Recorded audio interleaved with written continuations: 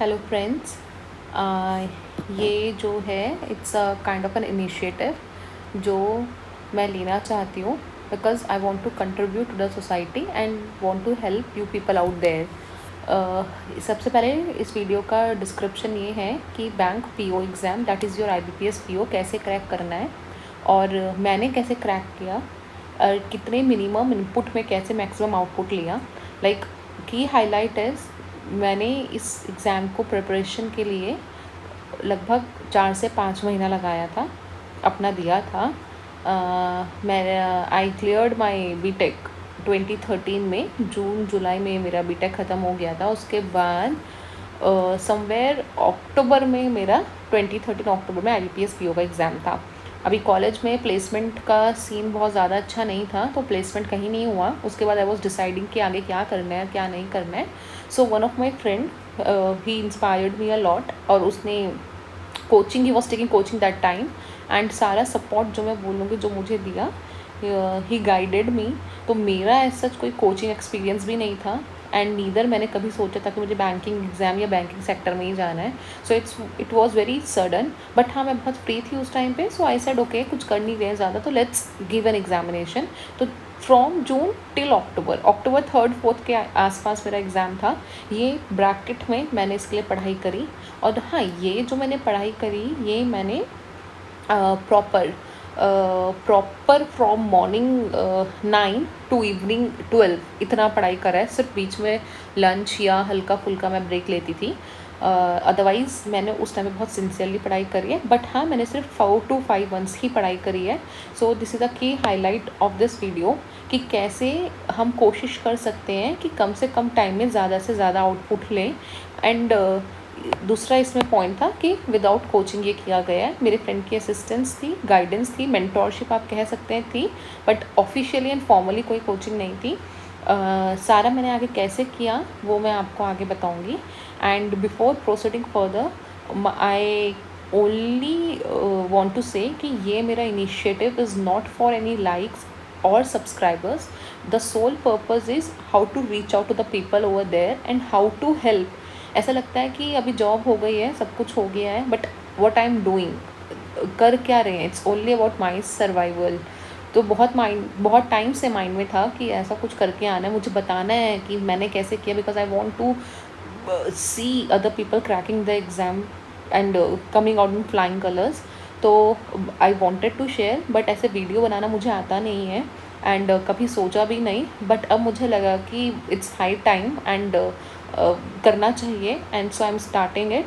So don't expect बहुत ज़्यादा official formal video होगा, बहुत ज़्यादा मिस्टेक्स भी होंगी, जैसे यहाँ पे आउटपुट पे भी मैंने यू लिखना भूल गई हूँ, but forgive me for that. The sole purpose is आपको लोगों को जितना मैं शेयर कर सकती हूँ कि कैसे एग्ज़ाम के टिप्स हैं, क्या है, कौन सी सोर्सेज हैं, क्या स्ट्रेटेजी है, कैसे मैंने किया, ये सब मैं आपको बताना चाहती हूँ। So moving forward with the slides. ये थोड़ा मेरे बारे में है, it's not very important, but हल्का फुल्का इसलिए सो दैट आपको एक ऑथेंटिकेट सी मिले कि why this video and why to believe. Presently, I'm working as a manager in a government bank. I cleared IBPS. See here, it is a misprint. I cleared IBPS 2013. कह सकते हैं 2013 से 2014 होते होते मेरी ज्वाइनिंग जून 2014 थी। मेरा एग्ज़ाम अक्टूबर 2013 था। समवेयर जनवरी में इंटरव्यू था, एंड मार्च अप्रैल में मेडिकल एग्जामिनेशन के लिए लखनऊ गए थे, and 2014 June 2 June was my joining. So it was a journey from 2013 to 2014।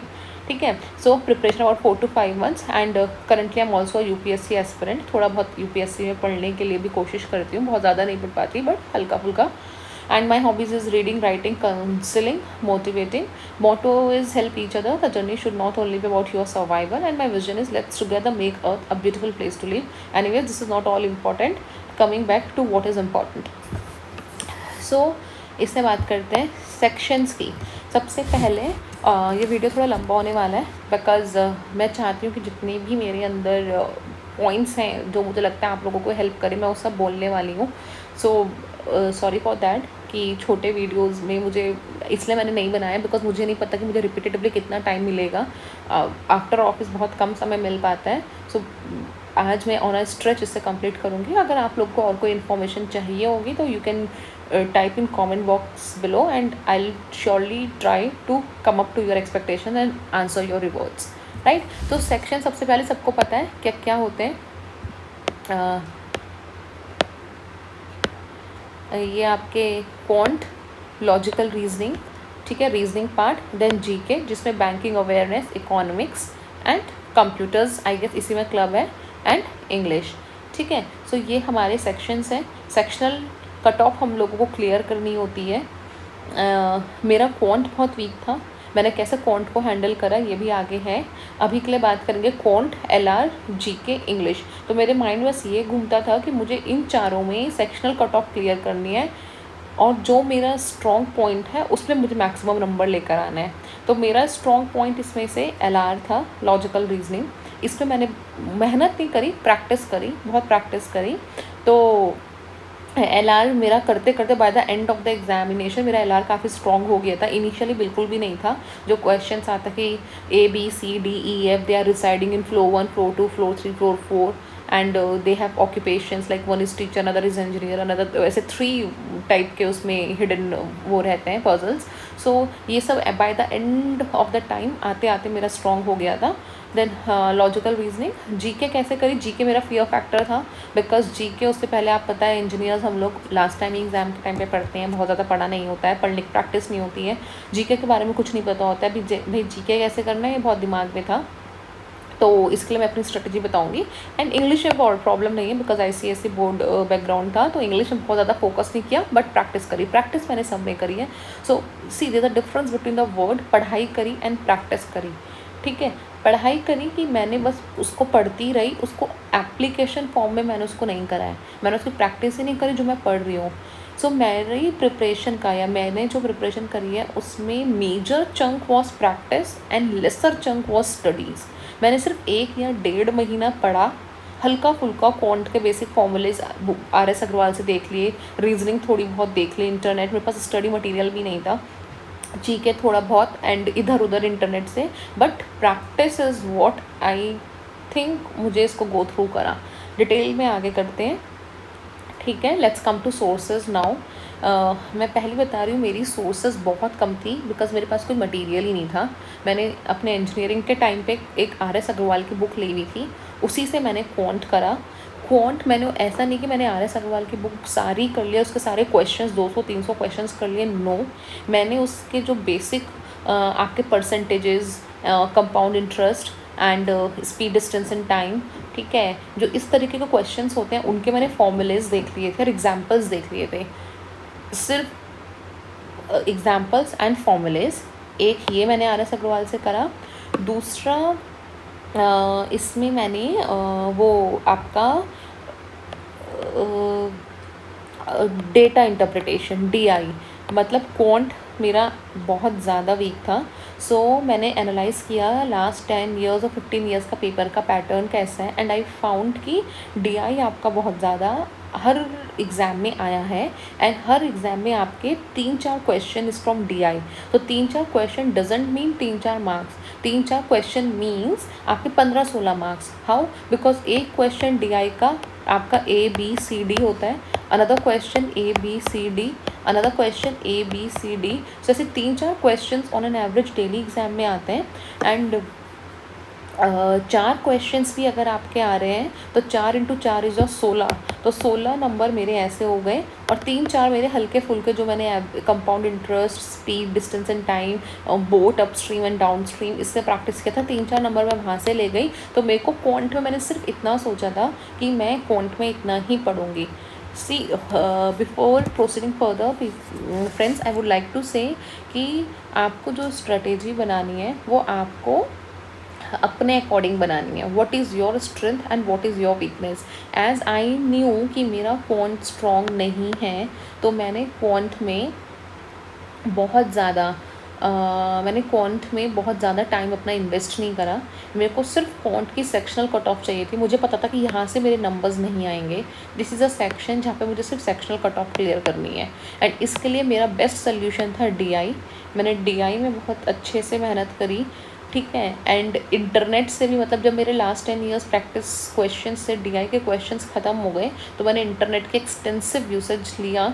मैंने वहाँ पे DI के क्वेश्चन सेट्स आपके प्रैक्टिस करें, एंड RS अग्रवाल की बुक से मैंने सिर्फ examples and formulas, and this is way how I dealt with quant, and मेरी सेक्शनल कट ऑफ फाइनली इसमें क्लियर हो गई। अदर देन दैट मैंने इसमें बहुत ज़्यादा मेहनत नहीं करी, because I know that this is not my फोटे।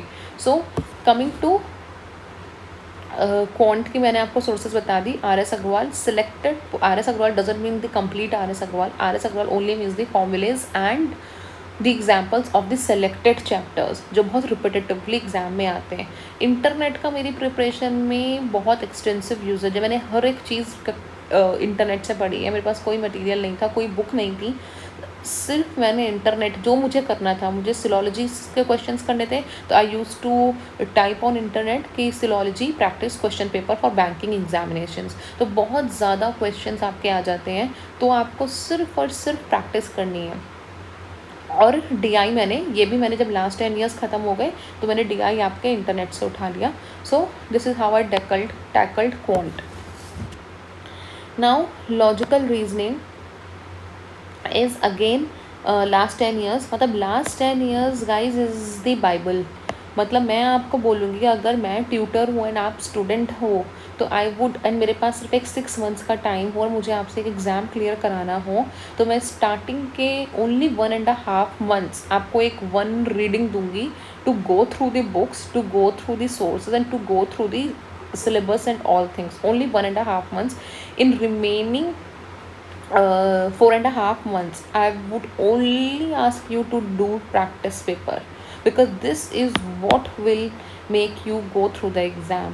सिर्फ पढ़ना आपको 1.5 या 2 महीने है। मैंने देखा कि काफ़ी स्टूडेंट्स ऐसा करते हैं कि पढ़ते 8 या 9 महीना है, प्रैक्टिस 1 ही महीना करते हैं। The lesser you practice, the least becomes your chance of cracking the examination. What you have to do, you have to study only for 1.5 2, मतलब depends, not मैंने 1.5 months बोला doesn't mean 1.5 months, depending on your time, but it should not be very बहुत ज़्यादा समय वो नहीं होना चाहिए। आपकी प्रिपरेशन का जो भी आपने अपने आप को टाइमलाइन दिया है उसका only 25% should be the study time and 75% should be the practice time. Last 10 years मेरी बस एक मात्र किताब जो मैंने बुक खरीदी थी वो सिर्फ लास्ट 10 ईयर्स थी, solved papers and unsolved papers. मैंने कैसे लास्ट 10 ईयर्स पेपर किया, इसमें भी एक तरीका है, एक ट्रिक है कि कैसे करना है, वो कमिंग वीडियोस में देखते हैं। So as of now last 10 years से मैंने लॉजिकल रीजनिंग यहीं से किया। इसको करने के बाद I switch to internet and मैंने और क्वेश्चन पेपर्स प्रैक्टिस के निकाले and I am done with logical reasoning. This is LR how I did it. Coming to GK, my weakest portion. नहीं आता था मुझे कुछ, GK के बारे में कुछ नहीं पता था, तो GK के लिए मेरे फ्रेंड ने मुझको एक बुकलेट दिया था जो उसकी कोचिंग वालों ने उन्हें प्रोवाइड किया था। That booklet was around having some 15 to 20 pages. बहुत ज़्यादा उसमें कुछ नहीं था, बट उसमें जो था it was like basic definitions of all the banking related terms, for example repo rate, reverse repo, SLR and all these things. And दूसरा उसमें एक ये था IMF, वर्ल्ड बैंक, ठीक है, यूनेस्को, यूनिसेफ, थोड़ा थोड़ा इन सब के बारे में था। तो ये सब मैंने उस बुकलेट से पढ़ा। सबके हेडक्वार्टर्स कहाँ थे, कहाँ हैं, जितना याद हो पाया ये मैंने उससे करा था GK के लिए। उसके बाद मैंने जो हर महीने की बैंकिंग सर्विस क्रॉनिकल मैगज़ीन ली थी, BSc, ये मैगज़ीन वॉज समथिंग जो मुझे बहुत अच्छी लगी थी। आप चाहें तो दूसरी मैगज़ीन भी ले सकते हैं जो आप पढ़ रहे हैं, बट जो मैंने फॉलो करी थी out of all the magazine was BSc, banking service Chronicle. ये काफ़ी मुझे इफ़ेक्टिव लगी थी। इसमें मैं क्या रख, मैंने इसको पढ़ने का मेरी क्या स्ट्रेटजी थी, एक रीडिंग कर ली, उसके बाद मैं इसके नोट्स बना देती थी, 1 पेजर और 2 pager. Entire magazine I use to compile in 1 page and 2 page, और उसको मैं at the time of examination last day में मैंने इसको रिवाइज़ किया था।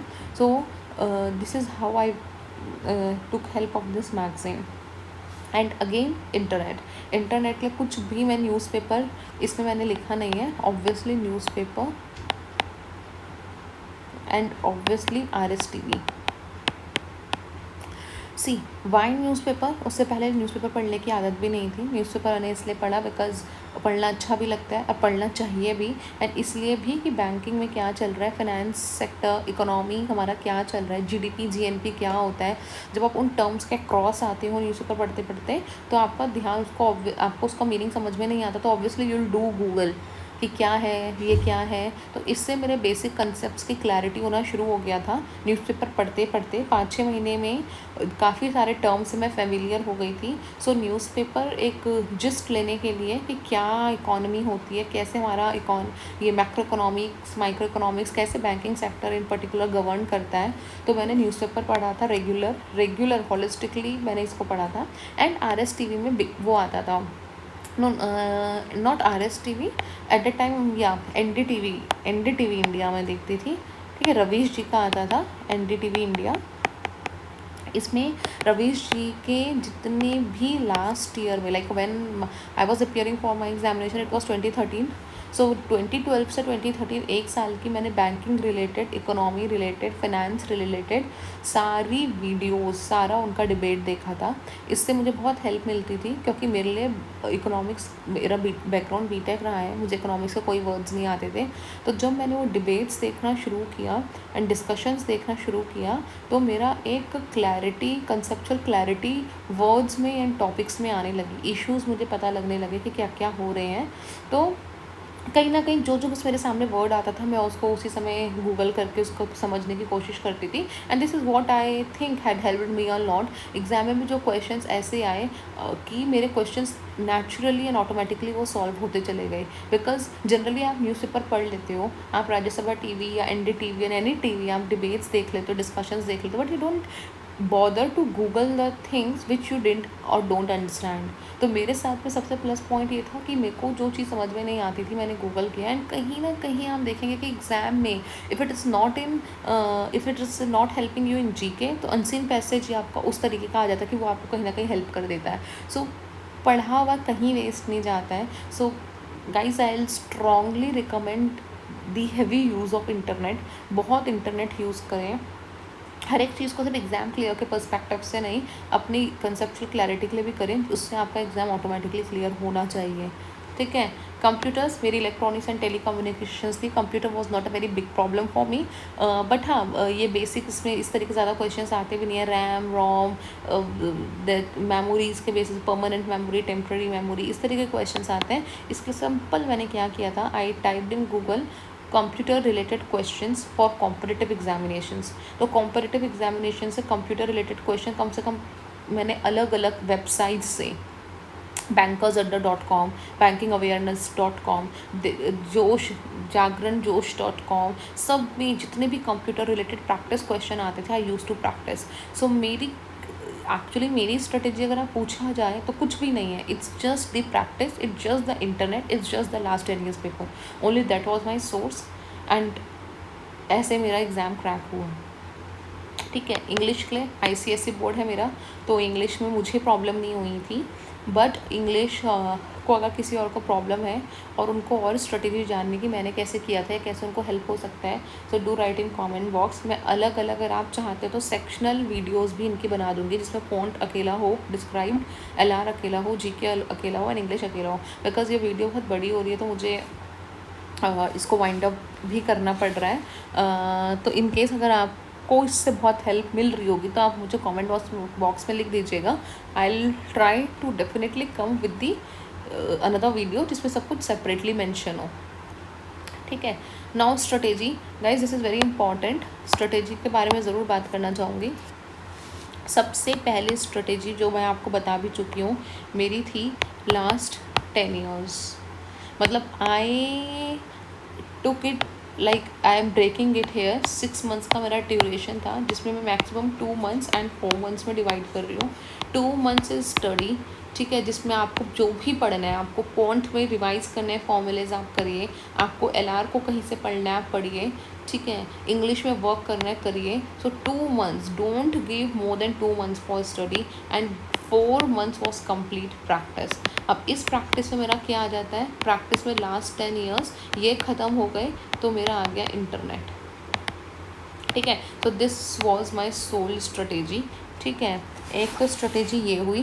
दूसरी स्ट्रेटेजी के बारे में मैं जो बात करूँगी वो है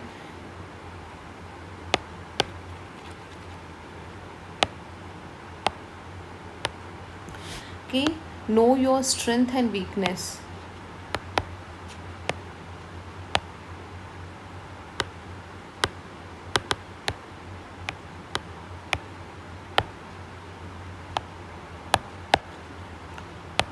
हाँ, नो योर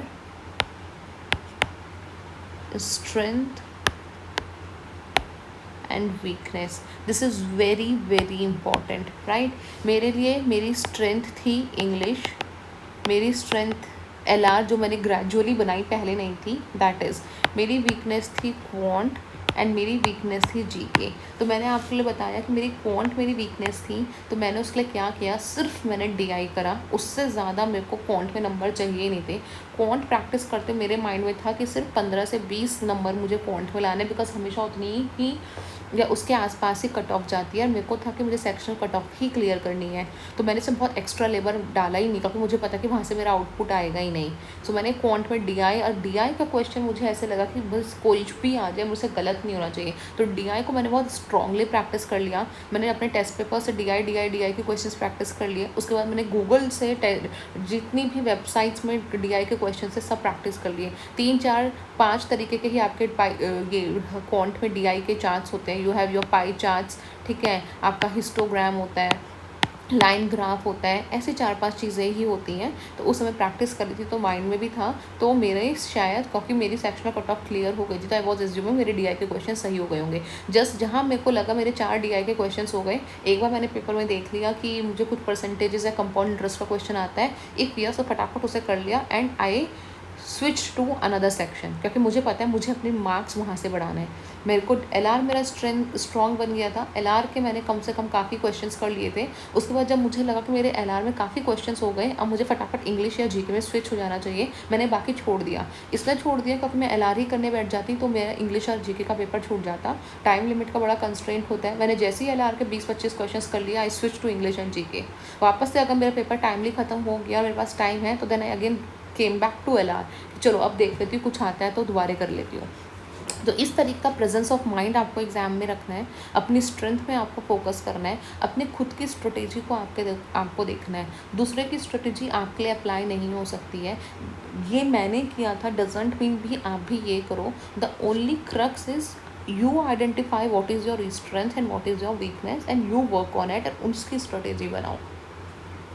GK का आई टोल्ड यू सिर्फ एक बुकलेट थी। आपके लिए मेरे को लगता है कि कोई भी कोचिंग मटेरियल की GK उठा लें, लास्ट 10 years पेपर्स उठा लें, एंड इंटरनेट ले लें, मोर देन इनफ आपका GK हो जाएगा। So this was all about strategy, right? Advice I have already described, no your strength and weakness and work accordingly. It was a मूल मंत्रा for me, मैंने वैसे ही काम किया।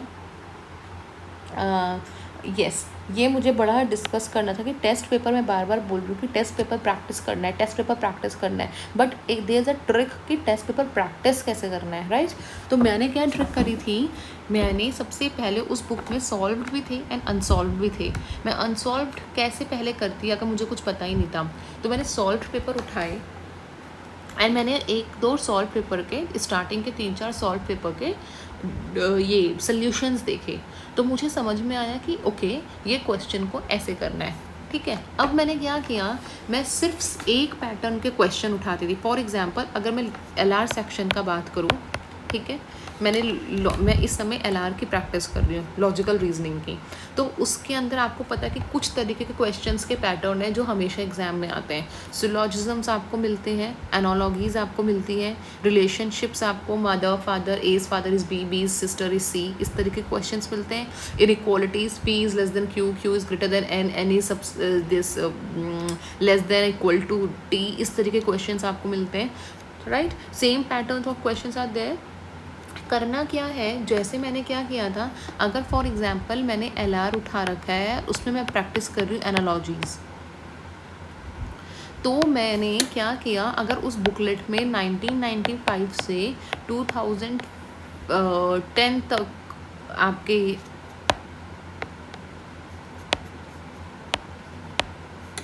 2010 तक आपके प्रैक्टिस सॉल्व्ड पेपर्स मेरे पास हैं, तो मैंने 1995 से 2010 तक एक गो में सिलॉलॉजी एनालॉजीज प्रैक्टिस कर ली। समझ रहे हैं आप मेरी बात? मतलब मैंने 1995 में भी सिर्फ एनालॉजी प्रैक्टिस करी, उसके बाद मैंने फटाफट 1996 की एनालॉजी प्रैक्टिस करी, फिर 7 की, फिर 8 की, फिर 9 की एंड सो फोर्थ। ऐसे मेरा पैटर्न चला। ऐसे मैंने क्यों पढ़ा, क्योंकि जब अगर मैं एनालॉजी कर रही हूँ तो आई वांट कि अभी मेरे दिमाग में वो बैठा हुआ है, क्योंकि अभी मैंने एनालॉजी के क्वेश्चंस करे, तो अब मैं उसको छोड़ के इनइक्वालिटी कर लूँ, या उसको छोड़ के मैं रिलेशंस कर लूँ, या उसको छोड़ के मैं कुछ और कर लूँ, तो मेरा वो ट्रैक छूट जाएगा। मैंने क्या किया, मैंने अगर एनालॉजी उठाई तो मैंने उसी पैटर्न के कम से कम एक दिन में 15-20 क्वेश्चंस प्रैक्टिस कर लिए। 1995 के टेस्ट पेपर से भी एनालॉजी सेक्शन और क्वेश्चंस उठाए, प्रैक्टिस करे। 1996 से भी प्रैक्टिस करे, 7, 8, 9, 10 and so fourth and so on. उससे क्या हुआ कि मेरे उसमें ग्रिप बन गई, मेरे को डिस्ट्रैक्शन नहीं हुआ, मेरी रिविजन की प्रॉब्लम भी सॉल्व हो गई, क्योंकि मैंने आज के दिन सिर्फ एनालॉजी ही LR में करा, सारे ईयर्स के एनालॉजी कर लिए। अब वो इतने प्रैक्टिस कर लिए कि मेरे माइंड में बैठ गया, भूलने का कोई सवाल ही नहीं है। तो at least 1 part of my LR is completed. ऐसे ही मैं करती थी। तो मैं ऐसे नहीं करती थी पेपर कि मैंने 1995 का पेपर उठाया और मैंने उसे पूरा 1 to 200 क्वेश्चन सॉल्व करने बैठ गई। ऐसे मैं पहले नहीं करती थी। ऐसे में जब लास्ट बाद में एग्ज़ाम के 15 दिन पहले मैंने बहुत सारे mock papers free online Google में टाइप करेंगे बहुत सारे हो जाते हैं, मैंने जब वो निकाले थे तो लास्ट 15 दिन में मैंने मॉक पेपर्स किए थे, जिसमें मैंने 100 से जितने 100-200 आपके क्वेश्चंस होते हैं वो मैंने विद इन टाइम फ्रेम करने की कोशिश करी थी। That is in last. पहले मैंने ग्रेजुअली जो प्रैक्टिस करी वो मैंने कैसे किया, वो मैंने इस तरीके से किया। This I think is a perfect trick, बहुत अच्छी ट्रिक है। इससे आपके सारे सेट ऑफ क्वेश्चन आपकी ग्रिप बनती है एंड मतलब यूज्ड टू हो जाते हो, आपकी स्पीड बनने लग जाती है, मोमेंटम बनने लग जाता है, आपकी कंसेप्चुअल क्लैरिटी हो जाती है जब आप एक पैटर्न को के क्वेश्चंस को प्रैक्टिस करते हैं। इनइक्वालिटीज़ आई आपकी, ठीक है। इनइक्वालिटीज़ मैंने 1995 सेम 2010 तक उठाई। एक मेरे पास 3 घंटे में पढ़ने बैठी हूँ तो मैंने उसमें LR के सेक्शन की सारी इनइक्वालिटीज़ कर दी। So this is how I think you should also approach, अगर ये आपको सूट करता है। अगर आप कोई एक सेट पैटर्न के क्वेश्चंस एक साथ निपटा रहे हैं तो आपकी इसमें क्लैरिटी बढ़ जाती है, रिविजन थोड़ा मिनिमाइज हो जाता है एंड एक आप रिदम में आ जाते हो, ठीक है। सो इनिशियली आपको ऐसा करना चाहिए। सॉल्यूशंस को देखने की ज़रूरत पड़ रही है। आप देखेंगे कि 1995 से 3-4 पेपर तक मैंने सॉल्यूशंस देखे, कहीं मैं अटकी। उसके बाद जहाँ मैंने 4-5 पेपर्स निकाल लिए, आगे के 10 पेपर मेरे लिए बड़े ईजी हो गए, राइट। तो this is how you should also practice the test paper. एक सेम पैटर्न क्वेश्चंस को प्रैक्टिस करिए। Same goes for quant, same goes for LR। ऐसे मैंने किया था। So this is the end of the video and I hope आपको मेरा initiative अच्छा लगा हो। मेरी आवाज़ भी बहुत लो हो गई है because I am deadly tired. 11 बज चुके हैं एंड कल सुबह ऑफिस भी है। बट फ्रेंड्स, अगर आपको कहीं भी किसी भी स्टेज में मेरी ज़रूरत है, किसी भी तरीके से मेरी ज़रूरत है, आपको स्ट्रेस हो रहा है, आपको एग्ज़ाम का प्रेशर हो रहा है, आपको कुछ और पूछना है, you are free to comment and मैं आपको श्योरिटी देती हूँ कि मेरे को जैसे भी समय मिलेगा, as soon as possible I will try to respond and come to your rescue. And again I'm repeating, the sole intention, the sole motive behind making this video is to help you people over there. मैं चाहती हूँ सबका exam clear हो and अगर मेरे experience से आप लोगों को हेल्प मिल सकता है, so I be the most happiest person. So bye and thank you for watching. Bye.